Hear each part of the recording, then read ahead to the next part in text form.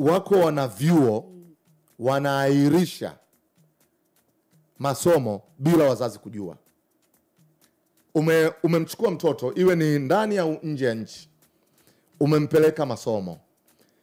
Unajua ukishampatia mtoto wako nafasi, na hasa kwenye level ya chuo, iwe chuo cha kati au chuo kikuu, wazazi tuna mentality ya kuamini huyu amekuwa. Yani huyu ni mtu mzima, ana uwezo wa kujisimamia. Unaweza ukawa unalipa ada, kumbe mtoto wako siku nyingi, kumbe ni mfanya biashara. Una habari. Na ada unalipa kila term. Unalipa kila term na unagharamikia kila kitu.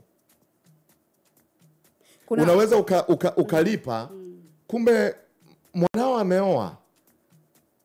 Yani ile miaka mikozi ya miaka 3-4 unaletewa mjukuu. Anatunza familia, unaletewa mjukuu.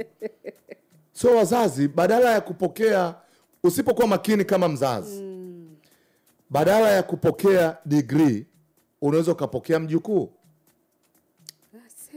Kwa sababu wazazi huwa tunaamini mtoto wa chuo ni mtoto aliyekuwa.